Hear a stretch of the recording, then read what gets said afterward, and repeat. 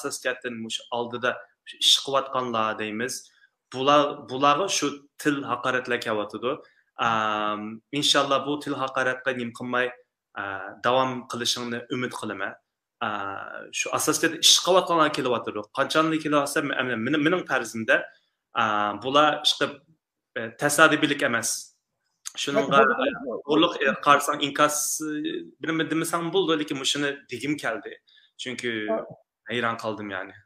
Onunga rahmat. Tudaxim bilan Sopaximniki ushaq tushak gaplardan to'xtab qolmaydi.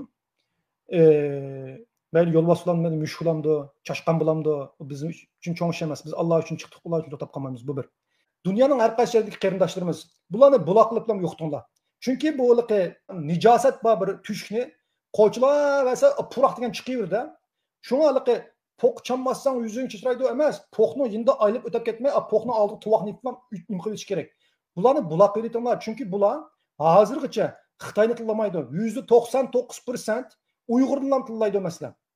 Bunda bo'lgandan keyin bularning o'yiniga kelmay, bularni bulaq qilib o'tib etsak, hamda masalan bir paqa ko'kra va buni hech kim anglamasa, shu o'zining quduqida qolib ko'kragini o'zi yaxshi hamdi.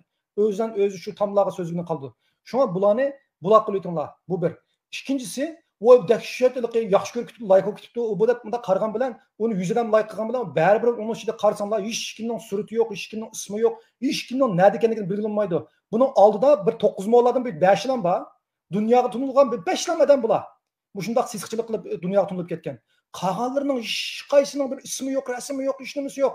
Ama bunun qarablamanda çavaklan bolsa, nima bo'lgan shu qarindoshlar.